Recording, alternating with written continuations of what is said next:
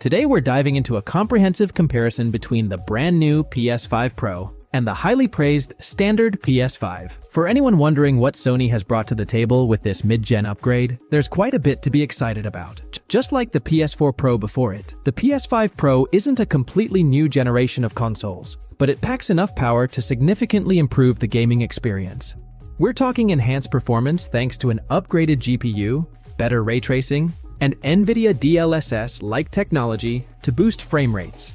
It's built for those looking to push their gaming even further without waiting for the next full console generation. So in this video, we'll be comparing the PS5 Pro to the original PS5 and exploring all the key upgrades that make this console a tempting option for serious gamers. And if you find this video helpful, please help out the channel by giving it a like and subscribing. Let's start off with the design. The PS5 Pro doesn't stray too far from what we've seen with the regular PS5. Sony stuck with its latest iconic black and white color scheme and futuristic aesthetic, which has always been divisive. From what we have seen so far, the PS5 Pro looks very much like a slimmer version of the PS5, but with some subtle changes, including black stripes down the middle. If you weren't a fan of the PS5's design, the Pro probably won't change your mind. But the good news is the Pro comes with 4 removable faceplates, giving you some room to customize the console's look. The size seems to sit somewhere between the regular PS5 and the PS5 Slim, so it'll take up a bit less space, which is a win if you found the original PS5 too bulky. As for ports, they're virtually the same as the Slim. It comes with 2 USB-C ports on the front and 2 USB-A ports with an Ethernet port around the back. And remember, this console doesn't come with a disk drive unless you pay extra, so there's no eject button either. Overall, it's more of the same with some minor adjustments. If you're into customization and don't mind the Pro's look, it's a decent upgrade, but nothing groundbreaking. Moving on to the performance. This is where the PS5 Pro truly starts to shine. Sony has promised some major performance improvements over the standard PS5, and it's easy to see why this new console is generating so much hype. The big claim here is that you won't have to choose between high resolution or high frame rates anymore.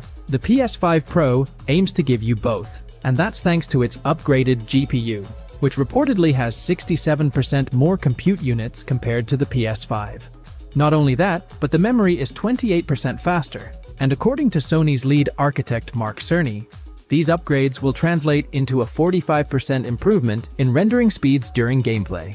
Enhanced ray tracing is another big focus, offering more lifelike lighting effects and reflections. Plus, Sony has introduced something called PlayStation Spectral Super Resolution, a form of AI upscaling that should make your games look sharper without sacrificing frame rates. And with the bump up to a 2TB SSD, you're getting double the storage, which is a huge bonus if you're someone who downloads a lot of games. Performance-wise, the PS5 Pro easily takes the crown here, as these upgrades should make a noticeable difference for anyone pushing their console to its limits. Finally, let's talk about the price and availability. The PS5 Pro is launching on November 7th, with a price tag of $699. And for that price, you're getting a pretty sweet deal of a console with a 2TB SSD, a DualSense controller, and a digital copy of Astro's Playroom. But here's where things start to add up. If you want a disk drive, that'll cost you an extra $79, and a vertical stand is another $29. So before taxes, you're looking at around $810 if you want the complete setup.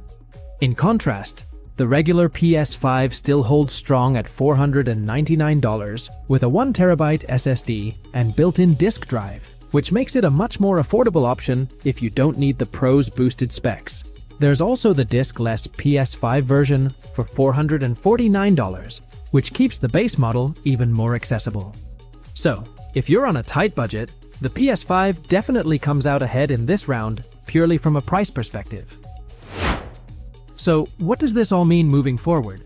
Well, if Sony delivers on all the promises it's made, the PS5 Pro could seriously compete with high-end gaming PCs, and even some of the best gaming laptops out there. It's shaping up to be one of the most powerful consoles ever released, and that's exciting for any gamer. But here's the thing. What games are you going to play on this machine? If you've been paying attention to this console generation, you'll know that there's been a serious lack of exclusive titles that fully utilize the power of these new consoles. The PS5 has had some great games, but not many of them have really pushed the hardware to its limits. So, while the PS5 Pro will absolutely deliver better performance, the question remains, are there enough games that will justify the upgrade? For now, if you're already happy with your PS5 and don't feel the need for extra performance, sticking with the base console might be the smarter choice. But if you're all about cutting-edge tech and want to future-proof your gaming setup, the PS5 Pro is definitely worth considering.